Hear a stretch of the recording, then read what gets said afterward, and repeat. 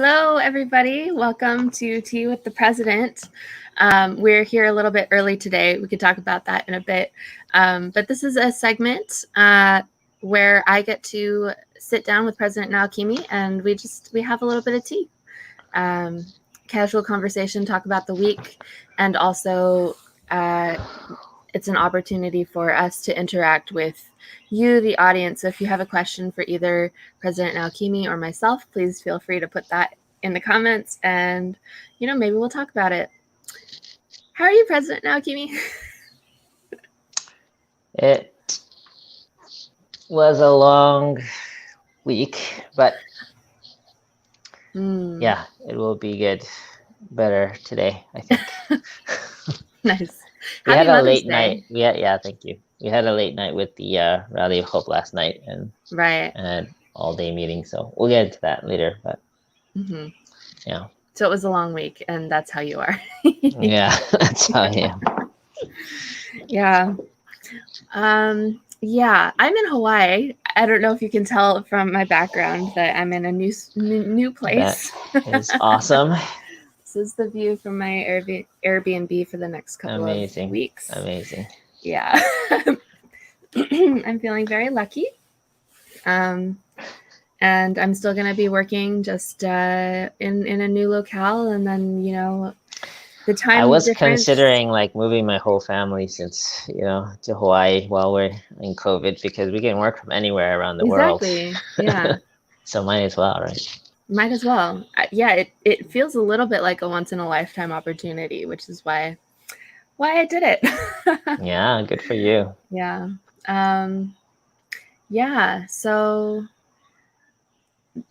yeah, I will continue to be working. And the time difference makes it so that, the kind of normal end of office hours, especially on the East Coast, is much earlier for me. So I get to go to the beach after work. Nice. Yeah. Very nice. Anyway, so right now it is 8:30 over here, and I'm drinking coffee instead of tea. Yes. Well, I didn't prepare my tea today. Oh well. I'll drink enough coffee for both of us, I guess. Yeah, thank you. Actually, I was in a rush. I spilled some coffee that I was preparing, so I'm no. It's okay. It's one of those days, huh? Yeah, one of those days. So what is a highlight of your week?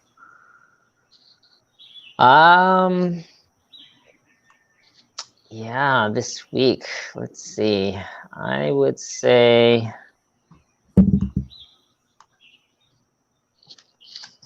well, on Thursday we had a luncheon at Belvedere with the Japanese ministry, and they served some nice sushi or sashimi. Ooh. Yeah, so that's always might come as a repeat, but definitely sashimi is a highlight. Food is love. Yes. Sushi specifically. Particularly, they had what you call otoro, which is like the fatty tuna. It's like the best. Anyway, don't want to make anyone else jealous, but we had some good sushi. It was an important meeting. They were going to launch 1,000-person Japanese ministry launch event. So in 3 weeks, they're planning something. Wow. So yeah. So that that definitely makes my list of a highlight this week. Sounds good. I mean, hey, food is there to be enjoyed. Yeah. That I think God. I thank God for fish. Good fish, yummy fish. Yeah. Aju, amen. Okay, so what was challenging about this week? I think you mentioned a little bit at the beginning of I think this week, well, I guess it was a couple things. One was my wife had to go into to get some surgery for a procedure. It's not life-threatening, but it was kind of took her out for a week or two. It's going to take a few for full recovery, it's going to take 3 months, but just the initial recovery till she can, just be fine is a couple weeks. So it was just a 1 day, same day kind of thing. So, but I think that put a lot of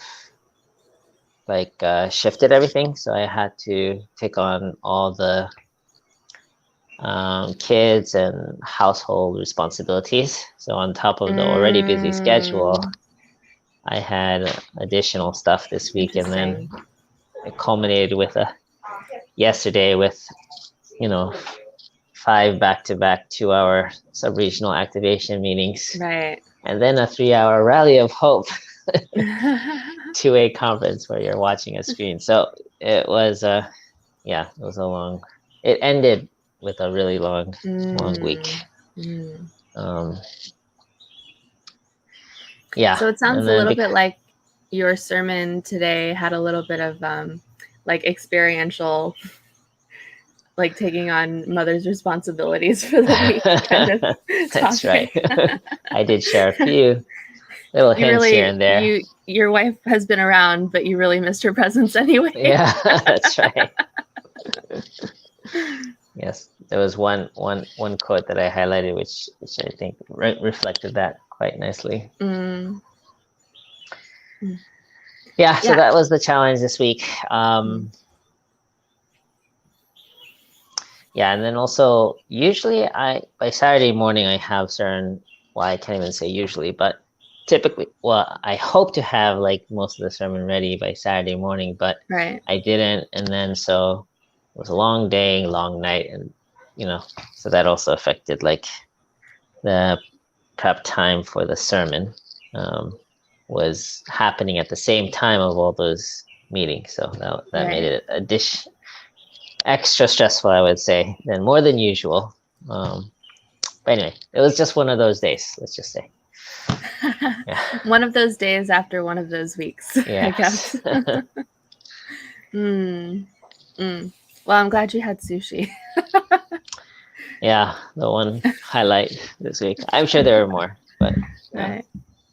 Actually, the District 7 meetup today was nice. I think after the sermon, every Sunday I get a chance to meet with different districts. So yeah, I feel like those are really nice to people ask different questions, and it's kind of like a chance for me to share and people to get to know me. And I don't know, but it was nice. I enjoyed that today. That's great. We can take a look really quickly at some of these comments that came in. Wasana says, we pray for your wife's healing, fast with the power of love to bring miracles. Thank you, Wasana. And then Joshua Bihari says that you can drink pretend imaginary tea.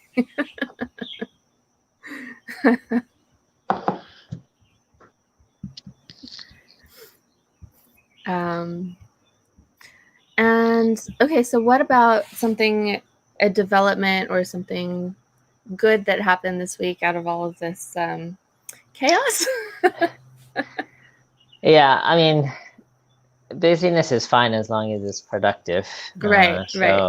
I felt, this week definitely still the theme is the activation for the June 5th rally. And I feel like people, I met with all the provincial org leaders and also the sub-regional leaders. Each sub-region I had anywhere between an hour and 10 minutes to 2-hour meetings. But I feel like things are kind of coming together in terms of organization and communication. So it feels like things are starting to move. And I feel like this is not just for this event, but it's helping the event is facilitating this kind of better communication among the local teams, the sub-regional team and identity. So I think that was definitely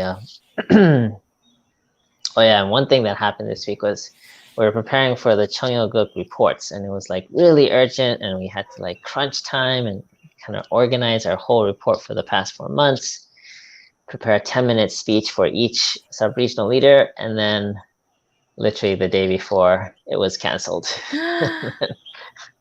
And we were like, Whoa.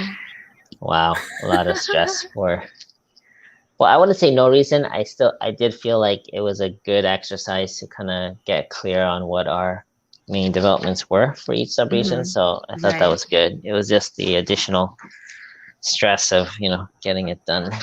Gosh. So it wasn't postponed, it was canceled altogether. I think, they said postponed. Yeah, but my feeling is it's meaning like till August kind of thing. Oh, I see. Wow. Till the next meeting, Anyway, I was okay with it because the plan was that we would get up in the middle of the night and have 6 hours of reports from all 8 regions. So Right. I think I was happy to have that not happen this time. So yeah. Fair enough. Yes, that sounds like a pretty good trade-off. And you got to kind of put the last 4 months into perspective as if you were going to put together I think so. And I think that was good. I feel like we're all kind of more clear on what we've been doing. And so yeah, I thought the exercise was fine. That was good for us. Great. Yeah. Okay, so things were busy, but it feels like things are starting to come together, and the team is starting to work and move towards the June 5th event. Yeah. I definitely feel that. And also, as I'm sharing, I feel like I'm getting also more clear about the significance of this event. And that's also helping me feel like, what we're doing right now really matters. Like there's some really key shifts that are happening in the way we do events. And so every time I repeat myself, I get more clear on that messaging. Great. Any other kind of developments from this week? Yeah, the only other thing I'd mention is we did confirm that we want to have a 21st anniversary for ACLC event in Las Vegas. So that's going to be in a couple weeks. And we're thinking of gathering 120 clergy who have completed or are completing the 43-day process.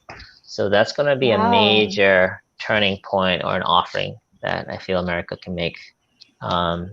So that's exciting. I think that's something very substantial, and I think Mother is really excited about that as well. Great. When is that happening? It's in a couple of weeks. Thursday, Friday, Saturday, mid-May. So May 20th, 21st, 22nd. Wow, exciting. Great. Okay, so I guess now is a good time for us to take a look at some of the Facebook comments. Sure. Yes. For those of you tuning in for the first time, President Naokimi reads all of the comments on Facebook after he gives the sermon, so he can get feedback and also, mostly for feedback. But then he highlights his favorites and we get to talk about it during tea. Okay, so Marie Gopper said, "You take things less for granted when they're not granted." Yeah, that was a joke that I liked. Came up with that myself. So it's a good one. Yeah. Yeah, I experienced that this week as well. So felt very, very appropriate and personal. Yeah. Laura Hornbeck said, "This teaching about the parental nature of God, including both motherly and fatherly nature, is one of the greatest gifts to me from Unificationism. It changed my whole attitude, especially after becoming a parent myself." Yeah, I really felt like that's one of the key things that we have. It's essential to our whole, I don't know, it's like the center of our whole, theological and practical and substantial approach to our ministry. And I remember even for one of my UTS classes, I wrote a whole thesis on it, doctrine of heavenly parent. to Right. show how that perspective affects our theology and how we experience our faith very substantially. So I just wanted to acknowledge that point that she shared. Yeah. And Diane Hack said, "Mother is the truest filial daughter of God." Yeah. I'm trying to remember which line I was talking about when that happened, but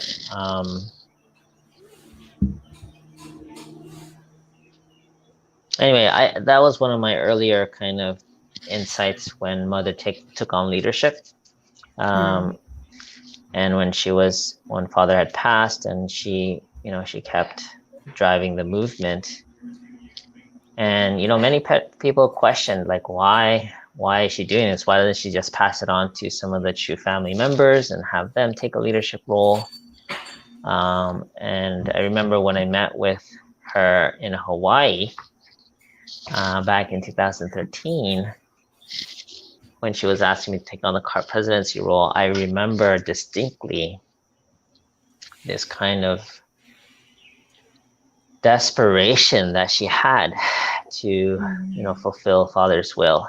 And I felt like her motivation for taking on the mantle was nothing less than to fulfill God's will and fulfill Father's will and his legacy. So I felt like, even though at that time I didn't fully understand like where she was coming from, and I've shared in my other stories how how I felt there was a gap in our own communication, but what I could confirm was that her motivation was true.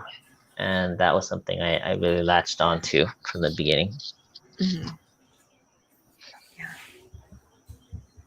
Truest filial daughter of God. Yes. I, during morning devotion, Dr. Young, a week ago now, Dr. Young was talking about the ring that her grandsons got her. Yeah, I remember that. And how the kind of love that she felt from receiving that as like a continuation of like Hyojinam's love also. But the way what she took from it was that like heaven will always be on her side, kind of rooting for her and taking care of her. And yeah, that was just so lovely. Anyway, filial daughter through and through. Yeah. That reminds me, it was really to, I try to message this in the message today, but behind every mother's love, there's God's love being expressed through the mom. So to kind of tie it beyond the person to the Spirit of God, expressing the love through your mom. Right. I think that's a really important perspective. And even the testimony you just shared, that's how Mother took it. Even though it's straight from her grandson, she felt, and she saw God's love for her. Yeah. Through that act. And so, yeah, that's a real good insight about how she views things and how she feels connected to God's love in that way. Okay, next. Let's see. Who else is bringing all these leaders together other than the Mother of Peace? Marie Bond said that. Yeah, that was one of the main points, and also kind of what I felt strongly last night with all the different kinds of leaders. And we got Christians, we got communists, we got left, right, up, down, businessmen, and they're all kind of acknowledging Mother for bringing this kind of gathering together for the sake of peace. And there is a clear strategy. There is an intention to support the reunification of North and South Korea. So I just felt like it was quite impressive. And again, I don't see anyone else who can bring people from that kind of diverse background together for this purpose of peace. Yeah.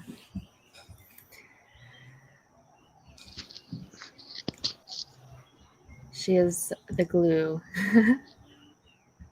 So Diane, again, is Diane Ooh, the Diane winner? got twice. She might be the winner today. Sometimes we prevent ourselves from feeling God's presence. So true. Hashtag obedience. Yeah, this is one I remember seeing other comments saying obedience. That's such a strong word. How about filial piety instead? Right, right. And I'm always sensitive to communicate with language that is better received from the audience. Right. But somehow I really felt like this point of obedience was really important. And even though it comes across as kind of harsh, and especially to Americans, who love our freedom. But there is this kind of surrendering aspect that takes your personal perspective or ego out to obey, Right. because you trust, because you have faith in the person, or because you love the person, even if you don't fully understand it. And so I don't know. I just felt compelled today to hone in on that word, obedience. Yeah. I mean, I wasn't expecting it myself. Yeah. I mean, like you always have a secret, right? But the secret is not necessarily always a secret or like something unexpected. This one was totally unexpected for me. It's like, what? Obedience? Yeah, but absolute faith, love, and obedience, right?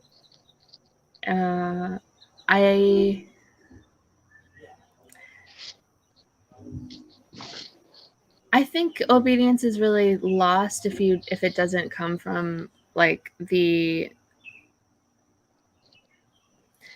you don't have the understanding that heart is there first, right? But if you are already unconditionally loved by God, then obedience is like a natural impulse. It's a hyojang impulse. Yeah.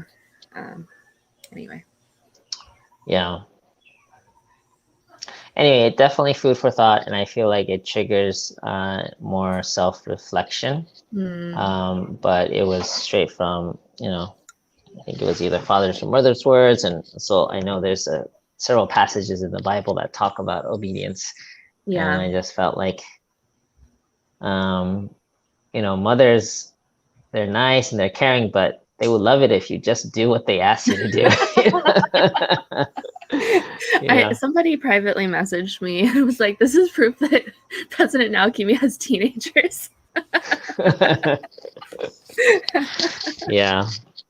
So anyway, I had a deeper conversation when I was preparing with Tal for the sermon that, we don't yet know what a true woman and a true husband, wife, true mother, father experience looks like in a family. Like, mother is the first to step up into that role. We don't yet know how that actually looks like. That's like, what does it look like if for a mother a woman to co-lead a family, right?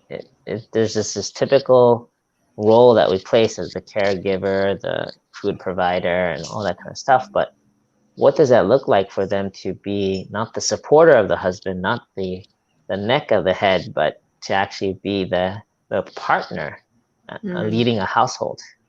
And anyway, we just thought that's a question to ponder. What does it look like? And many times it's not just the men that's holding the women back. It's the women that are holding themselves back because of what they've observed growing up in terms of what is a woman. What does it mean to be a leader, truly? So I feel like there's a lot to unpack here in terms of, what does a true woman leadership look like? Yeah, that also Mrs. Springer, was it?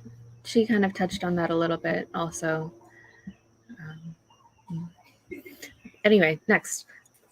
Helena Moreno said, wash the dishes, beloved children, with little heart emoji. Yeah. that pretty much captured, the action step. It's like, don't, yeah, that was the joke. It was like, oh yeah, don't worry, Mom. You can leave the dishes for tomorrow. It's like, thanks. And then here's the last comment that you highlighted. Yoko Goma said, obedience, ... Small kids don't know what's going to happen in their future, but parents do some. That's why parents say to kids, study hard, share with your siblings or friends, take care of your stuff, etc. Even kids don't understand how important it is. But if kids obey their parents, they are the ones who can live better in their future. We are two before Heavenly Parent and True Parents. We don't understand deep meanings of what they tell us, but obey them because they want us to live with true happiness, parentheses, with understanding Heavenly Parents, joyful heart, and sorrowful heart, parentheses, more than us. Yeah, and again, this is an elaboration on the topic of obedience. Mm-hmm. And I felt like it's true, sometimes we tell our kids to do things a certain way and they don't want to, or they just don't feel like it or whatnot. And it gets frustrating because it's good for them, but it's like, how much can you force them to do it? How much more beautiful it would be if they just listened and did what you asked them to, Yeah. I mean, it really is helpful if the parents kind of explain why they ask. Yeah. But yeah. Yeah, and we try, of course, we explain, but if there's resistance, then it also loses some of the, yeah. Anyway, I do feel like there's something, we do this all the time, is that we resist what God places in front of us. Yeah. And we know what we should be doing, but we don't. And then we complain that things aren't going well. Mm-hmm. But if we had only say yes to what God is putting in front of us, then even though it seems,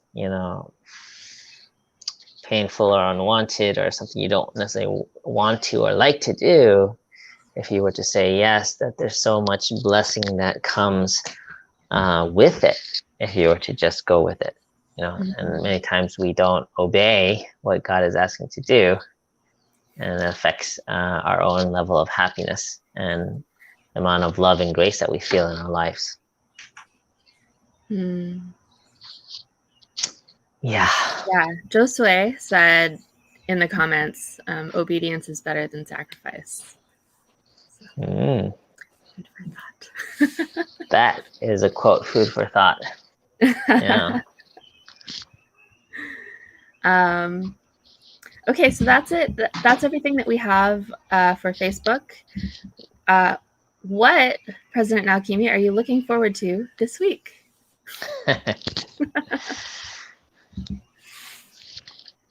I am looking forward to some more sushi.